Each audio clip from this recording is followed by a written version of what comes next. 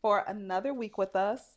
I'm your host for the week. I'm Tamara. And I'm Misty. And I'm Mercedes. And we are the ladies of MILF Ticket Podcast, where we are real talk, real women, and real raw. Period. All right.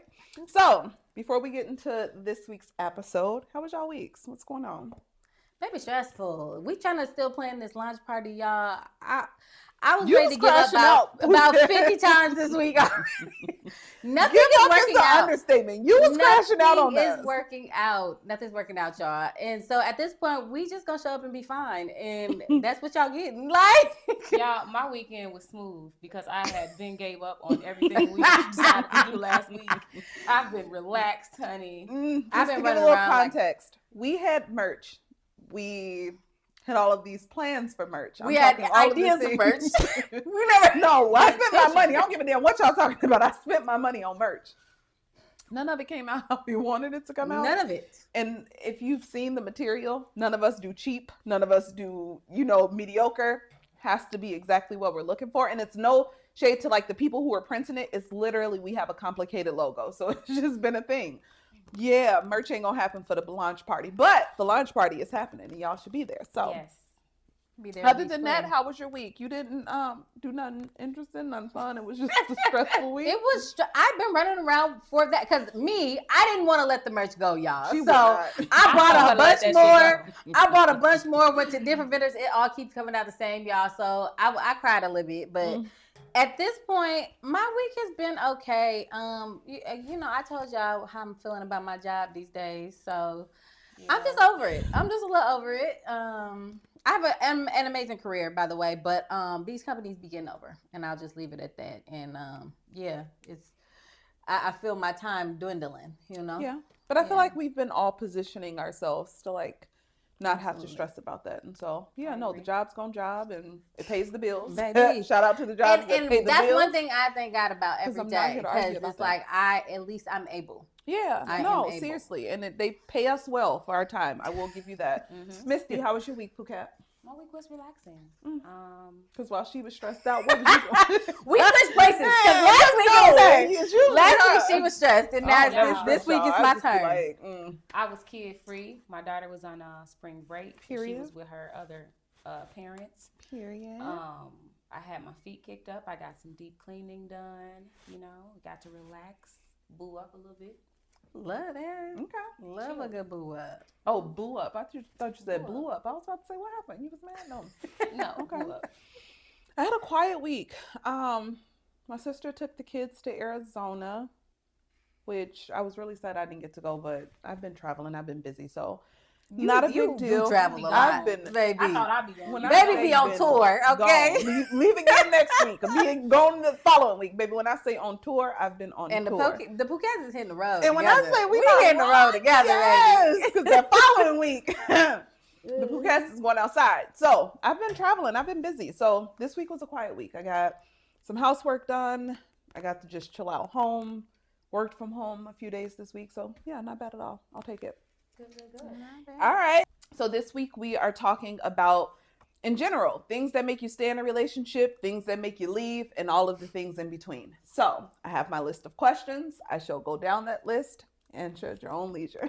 So, all right, let's start. Number one. What's the biggest excuse you've made for staying, even when you know you shouldn't have? Or even the craziest. It's for the kids. It's for the kids. It's for kids. Yeah. Explain that. For me, I was raised by my grandparents, and we had a very unorthodox household. My grandfather was a drug addict my whole life, so he was in and out. My grandma did a lot on her own. And so when I structured my own household, I wanted to make sure that it stayed together, and we had two parents and whatnot. So that was the biggest thing for me. It's like, I'm gonna stay just because I want to make it work. And I have my a few aunts and uncles and stuff that's been together 40, 50 years. And the main thing that they always say is, you got to get through the rough stuff. And it's like, well, damn, how much I got to do? How much rough stuff?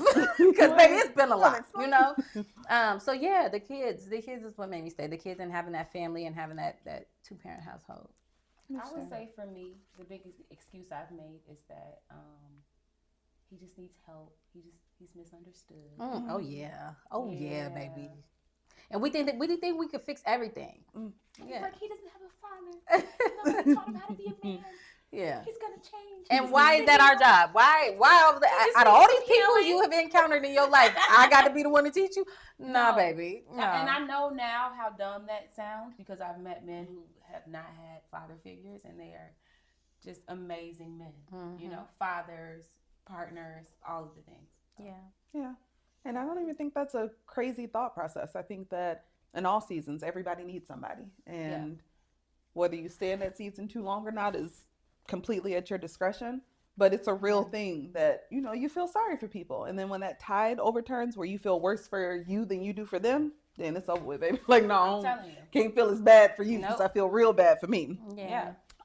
Craziest or the biggest excuse that I've used, I think it literally comes down to image and time.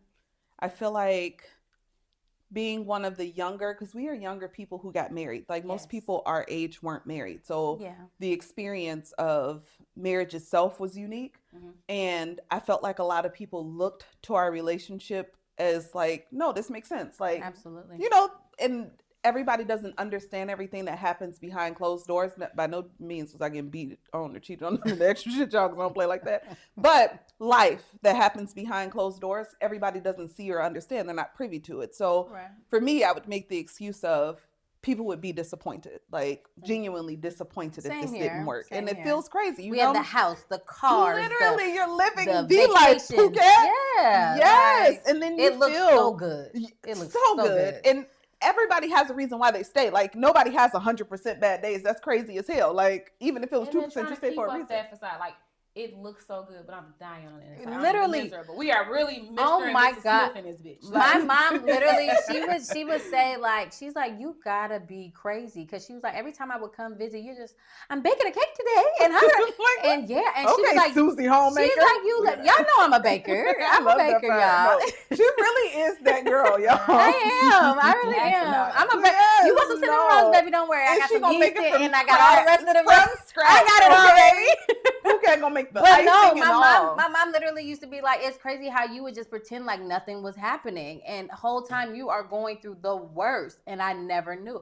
It took me so long to be able to say the shit out loud. Like I just couldn't repeat what I was going through to someone else. Let's really hone in on that. Let's talk about how well, you know, we acted to ensure that we kept their reputation clean. Yeah. Ooh. You know, I saw how everyone else just adored him and doted over him. And I just did not want other people, like I was trying to just clean his reputation. I didn't imagine trying to do that with your kids that are in the house living with you. Like I was trying to cover up what all, you know, he was doing behind closed doors. And go ahead. No, you have it. Or when you've spoken so highly of them in the beginning or in the middle. Oh yeah. Right? Spoken so highly of how great he is, and meanwhile in the background he ain't turning you loose. He turning you every way but loose. Every way but you know what I had to do to reconcile those feelings in my body? What? It literally came down to all version of this person is true. And what I mean by that is your experience of this person and my experience of this person are two completely different things. Yeah. You don't know him as intimately as I do. So you seeing him know on a the street different and passing him on the street. And that version of him is very true. I promise you, your experience of him is a very true version. I just have a very different experience. That is. And to me, it's not uncovering a mask or trying to make somebody out to be more or less than what they are. It's literally accepting that. That was your version. And you get that version, and it's not my responsibility to taint that version, to alter that version, or to make you experience him anything different. How I experienced him was how I was supposed to, and I'd be perfectly fine with that. And, you know, that just kind of is what it is to me. Yeah. That's how I reconcile it. All right. What's a specific moment where you knew you should leave, but you couldn't? You was like, damn, I want to go, but fuck, I can't. I would say during COVID. Damn. It was during COVID. For many reasons. I wasn't where I wanted to be financially to go by myself. And when I say that, I mean I can literally live the same life with or without you. I needed to make sure that would happen first. Okay. I got there. Don't worry about it. Got there. But at that point, I wasn't. I've always been the breadwinner, but I wasn't fully comfortable taking the kids and leaving and living on my own. But also, we were just in this weird space. Like the kids are home, and like we had kids out. He had kids outside of us too, so we flew kids in because everybody going to school from home, and it just was. I was just stuck. I felt stuck. I'm in the house with it because I love the babies. Love them down. Love the kids. Love them down. Okay. My bad. Love them down. My bad. But I just felt stuck. I wanted to leave so bad. And here it is. I can't stand you. Like you're the worst person on this earth to me right now. And I can't leave you. And I'm looking at your face 24/7 because we gotta work from home. We gotta there's no leaving each other right now. Like hated it. So yes, during COVID. Okay. I'm gonna second that. And y'all, you wanna know something crazy? I moved in prior to COVID happening. It just seemed like a good idea. And the month I moved in, COVID happened, and all these restrictions happened, and it was like I was really faced with this person that I was able, before moving in, I was able to be like, shit, I'm going home. Right. Mm-hmm. You know what I mean? And I block you, I don't want to talk to you, da da da. But now that we're living here, and then I rented out my home, I can't go home. There is no home. This is my home. This is my prison. This is crazy. So that became really hard. Not this is my prison. My own home was my prison, baby. I couldn't leave my own. Yeah. So I would try to create little spaces in the house, like just for me, and that was impossible with us having children. That was impossible with us just trying to utilize every space in the house. We were doing some updates. It was a mess. So yeah, that COVID was just not fun. How about you, Tamara? I don't know if there was ever a time that I just couldn't leave. I guess paralyzed by the idea of like losing my family, paralyzed by the idea of, like living a different life. Because I've lived a few lives now. That's ghetto as hell. Like if you look up, you realize like this is a whole new life. Living a whole new life. Ghetto. Like I think that would be the thing that made me feel like I couldn't. And even after like separating and moving into my own place, I still wasn't messing with nobody.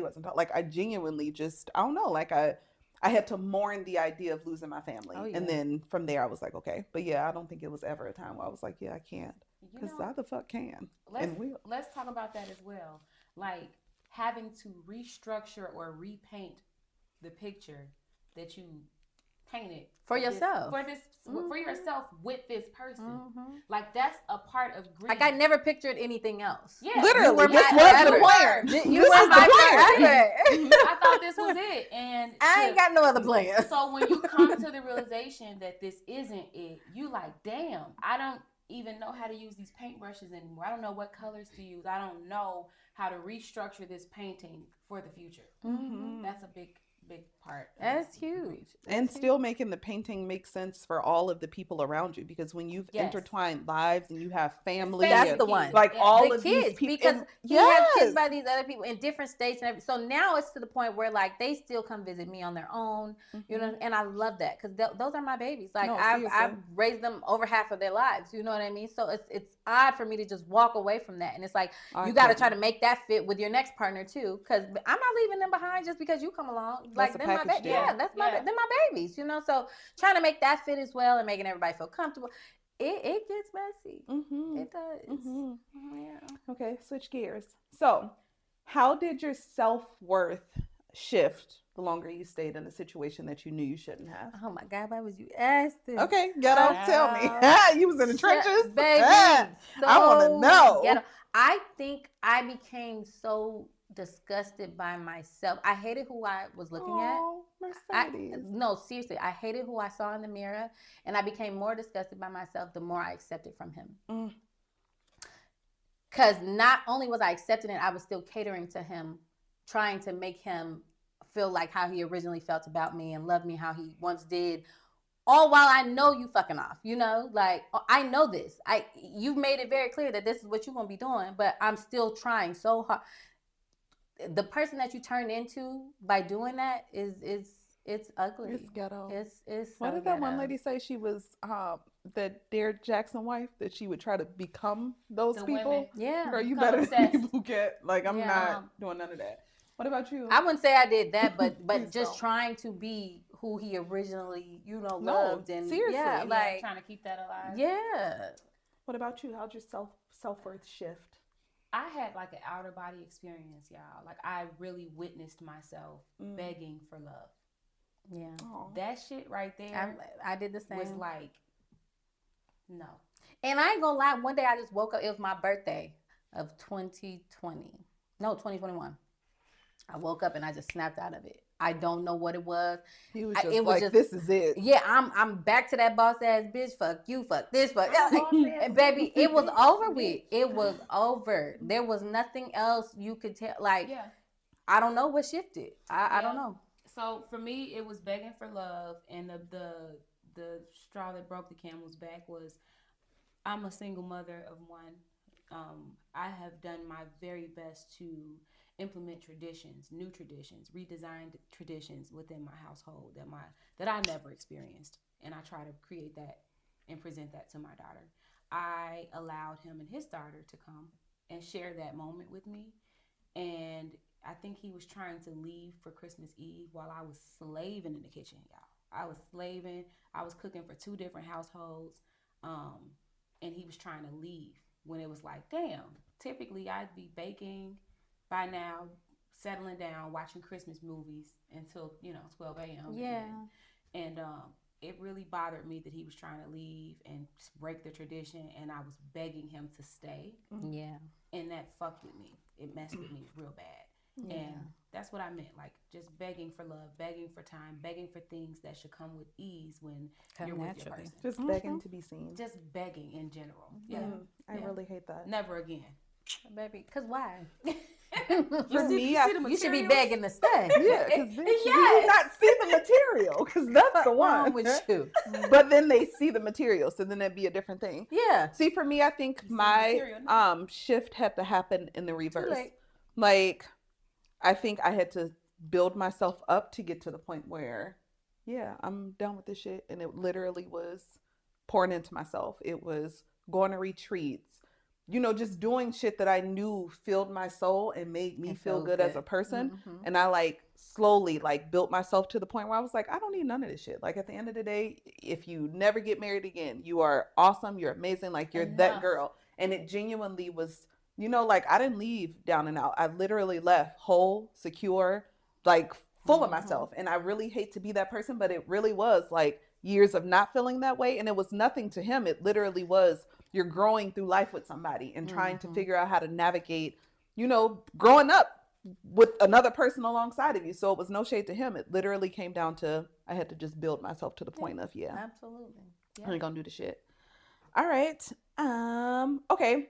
Did you ever stay in a relationship as an act of defiance versus love? And what I mean by that is, did it because it was gonna piss these girls off, or did it because if I stay, it's gonna it wasn't because you love the person. It literally was To prove a point. literally to prove No. a point or out of defiance. No. No? Absolutely not. I don't think in a relationship, but I've definitely Dibble dabble Played with the people. game. She like played- as a played single that woman, video. I had somebody press me about a man. Like Mercedes, spare me. I'm for real, press me real bad. And a man that she not had somebody press me. she pressed me and he not Period. even one of our men, right? Okay. She not with him, I'm not with him either. But guess what I let him do? Take me on a trip after that. Cause now you pressing me. I wasn't even talking to dude You know ass. what song come to mind? What? The hoe is mine. Okay. Listen, I don't know that song, but okay, boom. I literally was not talking to dude. But now since you pressing me, babe, now I'm gonna let him do what he been begging me to do. So that was you doing it out of defiance? Yeah, and out of, not because I liked him at Okay. all. Because Just I 'cause don't it was a like. point to be proven. I and you was gonna prove I it. did not then and don't. No. And still don't. Yeah. And see, Phuket, you missed out on a trip. You was that pressing she me. got this. I played I the would've game left him. before. I would have left him alone. I played the game before. Like, ho, it's always gonna be me before you. Okay. That's what I played before. Don't but ever get it confused. Okay. That was in my younger days. No, when I say y'all, I really try not to be that girl. I was young. Missy, I really No, even, because she even pressed- at this big age, baby. She was acting tough. I had to show her. No, I won't play Okay, even at this It was cold outside. cold at night. Even at this big age, I have to remind myself, Tamara, don't play that game. Like, there are people who genuinely will just love you forever, and you don't play that game. I would never be like that to people. So She shouldn't have pressed me. bitch.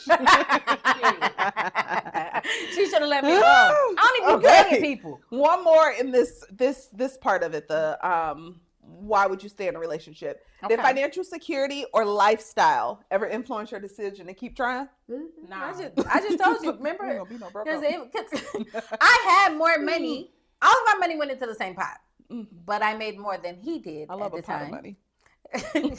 But I just didn't know if I could continue my current lifestyle by myself. So that's why I was scared. But shit, once I got to carrying the one and the math wasn't math. no. What the fuck? Child. Baby, listen. Why am I staying here? Oh, let me get my shit and get the fuck on. Okay. Yeah. So And then I ended up getting a better job too. So yeah, it was. It just worked out. the answer is no for me. I've always been a very independent, very self-sufficient. And then even when I got into that relationship, I was still very self-sufficient and independent. And You calling me a broke hoe? no, A little bit. That's what I'm hearing. I Okay? said a little bit. A little bit. Independent. That's what she did. Independent. Just not to you. Self-sufficient. I said it hard. You Mercedes, shut up. Yeah, damn. What I said was, I only stayed 6 more months. Damn. what I read was, Broke. look. Brokey. No, what I said was real wrong. That's what I was getting. It was giving Roki. It was giving that. Like, You're that's what real I'm wrong. like, damn, catching all the strays. Okay, when y'all laugh like this, it be cackling. It Just get to the point. Land your plane. I landed my plane. I'm just telling you, I didn't have to stay for no coin because I was a coin, okay? Oh, That's it. shit. That land your plane. Ask about it. Y'all saying that. No, for real though, I didn't To the know. coin, okay? Yes, you I should've. ain't know. I ain't know if I could do it. They But had me honestly, let me pierced say something about that though. Yes, please. So once I decided to go my separate ways, it showed who had the coin. No, see, It It always showed does. so much because, okay, I ain't gonna tell his business, but it showed. yeah, no, it showed see yourself. a That's so ton. nice. Yeah. I think lifestyle definitely played a role in me staying in situations. I don't think I've ever been treated like flat out dogged out. And so everything down to like vacations and the comfortability of not looking at prices when I go into a store and just Right. put the shit in the cart and go. Nowadays, I look at the prices too, and I don't really like the feeling of that.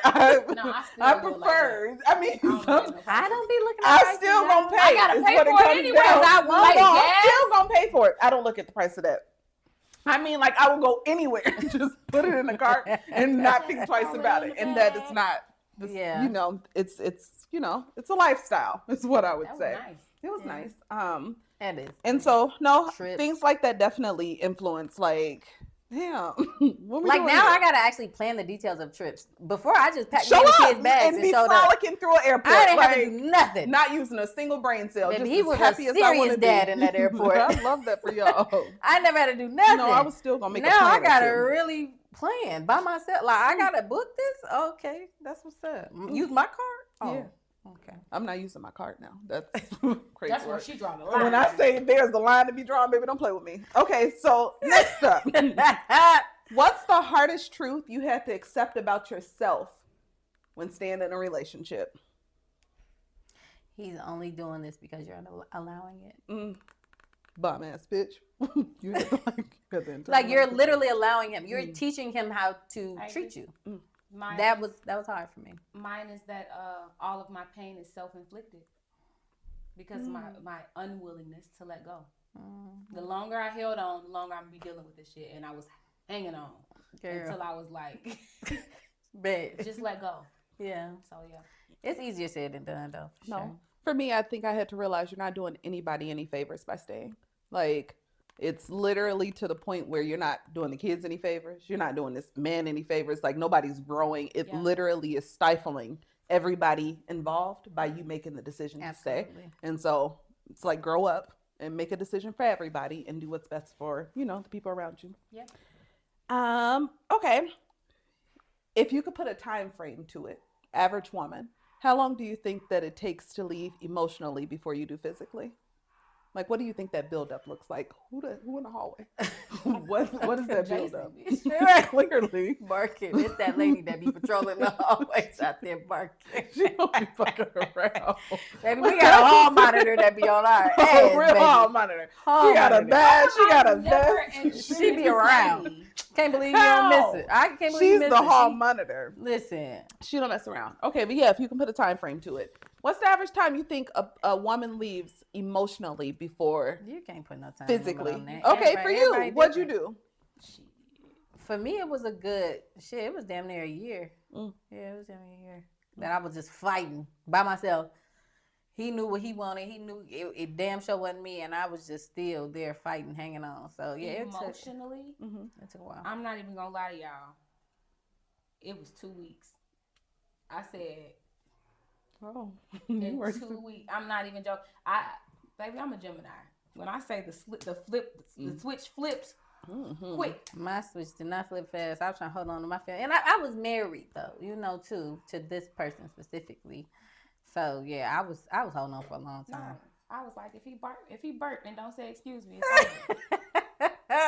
That's how done I was. Okay, so I got a funny story to tell y'all about that, right? So there was a dude I was dating. I wasn't married to him. Was dating some years. Actually, this was before my marriage. So we was dating for a while, and I was on the brink of letting him go. I was just waiting on something. Anything. Baby, so one day it snowed, right? He ain't got to work. I'm getting up, getting ready for work. This man in bed sleeping, sound asleep, just comfy, cozy, and my shit. Like, you not gonna go clean off my car while I'm getting, and I gotta go to work, and you in my baby, listen. And you gotta stay home today. Pack your trash bag up with your PlayStation. You gotta go. The trash bag in the PlayStation. Baby, you gotta go. Baby, that's all it took, girl. And and it was so funny because I made a status about it because I'm real petty. I was real petty back then. I made a status about it. Didn't say who it was. Nobody knew I was talking to this man because I don't be claiming men like that out in public unless I'm for real, Girl, he done jumped on there. Now everybody know it's you. You should have shut up. Like, you should. Everybody know I mess with you. No, they don't. They don't. Don't flatter yourself. They don't know that. Now they do, but not pack the PlayStation up. Your one trash bag. The man gonna try to say, no, I'll come back because I don't want to be making multiple trips. Don't worry about it. I got it. Just look too bad. So don't worry about it. Get them on gone. Looking like Santa, bitch. No, I had a toothbrush, your asthma pump. Girl, not your asthma pump. What you mean multiple trips? Baby, you don't have that much stuff. Come on. You're leaving and you're not coming back. Come on. I had a friend break up with somebody because he napped too much. Every time she looked up, he said he was taking a nap. You ain't got enough shit to do. He probably had a sleep disorder. What? No, you don't got enough shit to do. Get out of my face. Not a sleep disorder. You're bored. Okay. You not busy enough, baby. So question, when you got all of these people invested in your life, how do you explain to people your decision to leave who just completely does not understand? Like, girl, what is the way you break that to people? Girl, that's my grandma. My Jamaican, grandma, like, y'all just my Jamaican grandma. Oh my God, she out. will not. She still ain't let it go. Girl, we've been divorced 3 years now. She still ain't letting it go. No, some of the family members go hold Baby. on. But how do you explain that? It was hard. I think that people in my family, I'm just gonna say family. I'm gonna say family and friends. They were so accustomed to me leaving and coming back, leaving and coming back, leaving and coming back. And I'm like, no, this time I'm for real. And all of that. And they did not take me serious this time. You for real this time. For real this time. To the point where my father and my parents were still like, oh, where is such and such? And I would be like, what the hell? So it actually ended terribly because I ended up having to cut my father off at some point because he did not want to end this relationship with this person I deemed to no longer be in my life. And if I break up with you, baby, the dog broke up with you. Oh, can we talk about that? Everybody you know broke that up is with what are your thoughts on that? And again, we have to be fair. Considering we've introduced people into families, we've spent 10 plus years with these people. We've brought them to family functions. We've done the things, even if it's been a few years. Like, what's your stance on your ex still being a part of familial things when you guys are no longer together? Respect my boundaries and my space. Yeah. And for my family, baby, I should always come first. So Yeah. if there's a situation where you got an event, it should be like, hey, are you gonna come? Because if you're not gonna come, then I'm gonna invite such and such. You know what I'm saying? That should be the discussion. But don't sit up there and invite them. Then I show up with my new boo or just myself. Yeah, you know what I'm saying? It's just awkward. Yeah, it's just awkward. So you should have that common courtesy as my people to let me know what you want to do. You know what I'm saying? And see, I'm in such a weird space about it. Like, part of me completely agrees. And the big part of me completely agrees. Like, yes, it should be that way. The other part of me understands, like, if bonds are built and people are, friends and family and they consider this family, that they should have the space to invite who they want to. But it's back to what you said, like, consider me first. Y'all my people. And then I'm just going to go uninvite your ass. Don't and come. Most of the time, if that person's still hanging around, they're doing it to be a jerk. You know what I'm saying? They're not doing it because they genuinely love these people. Because I operate in a way where I personally try to give people back their spaces. If it's your family, I try not to overextend myself to your family because you should be comfortable in spaces that you're in. Mm-hmm. If it's a club, I truly try to create separation. A lot of men don't think like that. No, because men try to penetrate spaces that they know you're going to be in. Assert themselves and try to, it be the whole, they it's defiance. They want to let the new person know, I can still do X, Y, Z, or just letting you know, I'm still around. Please move on. You have your own family. My biggest thing is, my favorite thing to do, y'all, like my toxic trait is revoking access. You literally will have no more. Yeah. You have reached a number who has been disconnected. Yeah. Literally. So when people around me don't respect that, I take that really seriously. And I look at the fact that this person is able to manipulate you to still have access to some part of me. And you're still allowing it. And see, I completely agree. I just feel like part of our responsibility is to not take that personal. Because again, if they have their own bond, if you introduce barely, because it really not like that close. No, it really be the barely like that close. That be the one. I didn't see y'all talk the whole time we was together, but now y'all besties. No, this is my biggest thing. That's the thing too. That he didn't get along with my father for a long time. Now when it's over with, you my daddy, your best friend. That's my daddy. Right. Like, no, go. You so Chicago. That's my daddy. That's my daddy. It is her daddy. My daddy. She ain't got to share her daddy with nobody. So my daddy with nobody. Oh, they ain't never gonna let daddy. You ain't even like him. I'd be petty like daddy. That's what he said that your feet stink. And when we was together, he said that you don't even wash up that good. But you know what, y'all? If I didn't learn, the biggest thing in this past relationship that it taught me was boundaries. All right, I recognized that I didn't have boundaries. So when I found boundaries, baby, everybody was getting boundaries from me. Everybody. You get a boundary. You get a boundary. You get a boundary. I was okay. And when I saw that those boundaries weren't being respected, it brought another side of me out. I'm respected now. They respect them now. Okay. I hear you. I just try to only focus on the things and shit that I can control. I can control that. Where, because if you got invited to something, wait, I'm just about to go uninvite them. If you had to choose a relationship between me or them, who you choosing? Okay, then, so make correct decisions in regards to our relationship. I just don't think especially when it comes down to like big things, like weddings and like big stuff. Don't come to shit that you know you shouldn't be at. Like, go to your own events. Okay, fine. I'm just gonna move on. I want to go. Can you come? Okay. Right.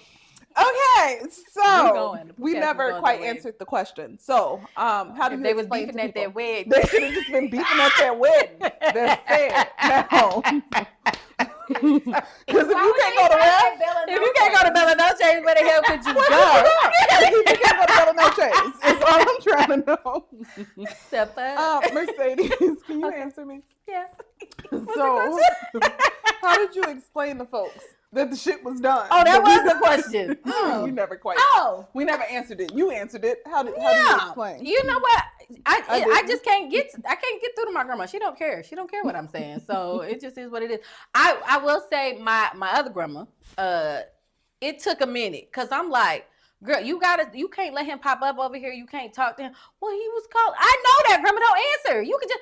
can't not just answer. Yes, you can. Like, literally, don't pick up the phone. Like, grandma's been feeding them beef patties and rice and beans and shit. Grandma's be the worst. The worst. So I don't think it's no get to it. Whoever don't get it, they just don't get it. It just is what it is. I don't know what else I can say. You see me with these other. Well, no, you don't see me with nobody. I be behind closed doors. You ain't gonna see me with nobody. Grandma ain't saw me with nobody, but grandma. Yeah, right. You ain't see me with nobody. Hold on now. I think for me, initially, like trying to explain to people that it wasn't going to be a thing, like even just with my most recent breakup,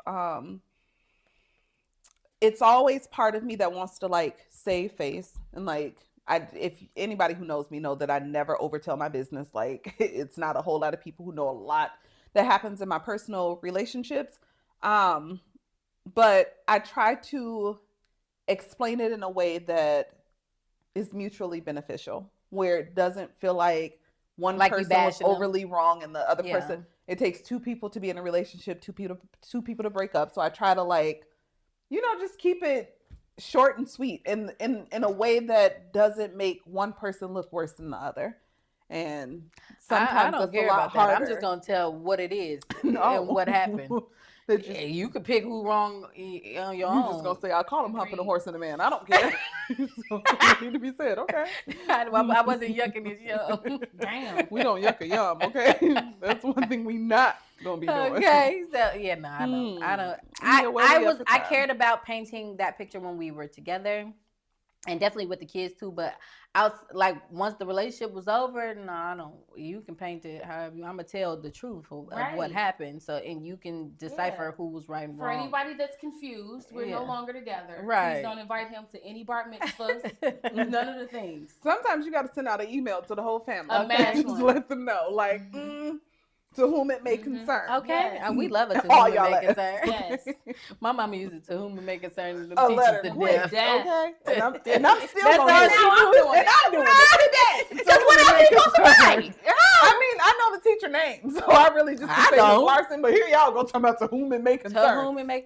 Let me just tell y'all something about yesterday. So yesterday, my daughter's teacher reached out to me like, hey, your daughter was absent from my hour on this hour. I saw her though, so I don't know if she was skipping. My daughter was at home all day with me. You trying to set her up?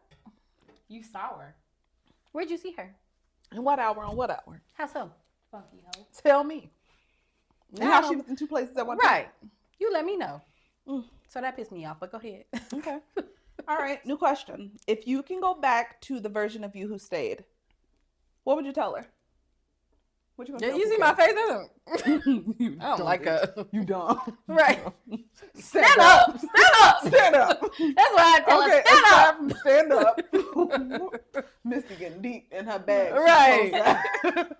She didn't close her eyes. Tell us, Misty over there throwing hands with her. Misty throwing hands with her in her head. Misty throw that bitch square up. Right. Stop being a little bitch. Okay. There's better advice, I promise y'all. No, for real, I would tell myself it's never gonna get better. That sucks. If I would have known that, because I literally stayed because I was like, it's gonna get better. It's gonna change. He's gonna grow. He's just misunderstood. He's a good man, Savannah. I would have told myself by year one, he's never gonna change. Get up out of there. Yeah. Because right now, out of there. Yes. The time I don't have now, like, you really can't play with me. So I would have told myself that, and I would have got up out of there. What would you have told little baby Benz? Little baby Ben. Oh. Rock your shit. No, okay. Look, right. Beat his motherfucking ass. No, honestly, just stand up. Stand up for yourself, for your kids, for your household, because that they were suffering too. They was going through it with mommy. Yeah, I bet. You know what I mean? And that's why me and my youngest son have such a close relationship, because, baby, he was giving me all the hugs and kisses when I absolutely needed them the most. He's so sweet. He is such an affectionate little boy. So just loving. He is the sweetest. He is so cute. Thank you. But, just really stand up for what you know is right and what you know you can. Like, you're not weak. You ain't never been a weak woman. You done overcame something. Like, my resilience in my entire life is some shit that's just normally unseen. You No, know what I for mean? real. So be the woman that you know you are. Like, Mhm. stop. Don't let people walk all over you and treat you any type of way because you love them. No, that Ain't shit that don't much matter. love in the world. Girl, it don't. Mhm. It's not. So, But that goes back to that begging for love thing. yeah. Not having it, um, being seen or taught correctly. Yeah. You literally beg for it You just do. because you're attached to an idea. Mhm. You know what I mean? That's part of it. And My marriage taught me that it's not that you're asking for the wrong things, you're asking the wrong person. Yeah. You can be the absolute right package at the wrong address. You'll never be enough for the wrong person. Exactly. Mm-hmm. So, yeah. How about you, Tamara? Ooh, I think I would just tell myself that you don't get time back, and Ooh, there's Absolutely. literally no such thing as With the babies, like with literally life. you don't get time back, and so you have to make every moment count, and every decision you make has to be a decision for you. And if you trust your decisions and if you make good decisions for yourself, it's good decisions for your family. And I think that, yeah, I think I would have just told myself like you are stronger than you know, and you literally got this. Like at the end of the day, everything that you have is the energy of you. Like this isn't attached to nobody else. It's not attached to a situation. It's the energy of you. You will always have nice things. You will always go nice places. You will always like be in the energy of that because that's you. Like that's an extension of you. I would have just stood in it. Stood Your on answers business. be giving Ayanla. Okay, bitch. We be me and Sorry, Missy be over here like sorry, yeah I went to therapy. because his And punk these hoes ass, with you the know what I'm saying? sex That nigga, but then she come with this old intelligent ass answer. Okay, Okay, 'cause I'm girl, like, clock you know what? it. I love it though. But here's where that's from. All of us individually left our marriages and our relationships for different reasons. Mhm. So we have a very different perspective Absolutely. on relationships as well as our Very current true. dating lives right now. So I understand why Tamara responds the way she does. I understand why me and Mercedes respond the way we do because I get it. You know? But Yeah. it's based on us leaving and having different experiences in those failed marriages. Absolutely. Yes, and they are very completely different They experiences. are very different. Like, different. Very different. different experiences. Yeah. Because another piece of advice that I would have told myself is that you're Brett and things do get better. Like how you feel as a 25-year-old, you're not going to feel as a 35-year-old. And if you just sit in things a little longer, if you process your feelings a little better, if you, do your own self shit, some things around you will naturally fix themselves. I had to go through my own process, and it's really easy to blame other people for all of the things that happened. But a lot of the shit that happened in my marriage was a byproduct of me being who I was, being, not having the emotional intelligence to know when I'm being moody, know when I'm being standoffish, know when I'm being a bitch, know when I'm not being supportive. Like I had my own stuff that I had to process. And so part of that is just me acknowledging like, this was all your relationships. And it does take that growth because after my marriage, I went through anger management and therapy because I needed it. Literally. I was mad at the really world. Talk about that though. Let's talk about that. Mercedes, why did you leave your marriage? That's a loaded question. It is. I left my marriage because I wasn't being handled properly, and my husband was a cheater, a serial cheater. Damn. Okay. Yeah. Tamara? I left my marriage because I felt like two very young people got married at a very young age, and growing through life together became too difficult. And it got to the point where felt like a job. It was, and it was more harmful than it was helpful. And I knew I wasn't helping any of us grow. And so, I felt like I had to make an executive decision in that. You, Misty? Okay. All of my experiences that I've talked about on this platform is from my previous relationship. It was not a marriage. I just want to go on record saying that. I left my marriage because our goals no longer aligned. I saw a very more broadened picture and future for my daughter when I had my daughter, and he didn't. So when those no longer aligned, and I saw that he did not have the optimism and the ambition to see that the top of one mountain was the end and the bottom of the next, I got to get out of there because I'm not complacent in any way. So The daughter thing is huge for me because I'm so big on my daughter seeing her mom loved properly, and I wasn't being loved at all, really.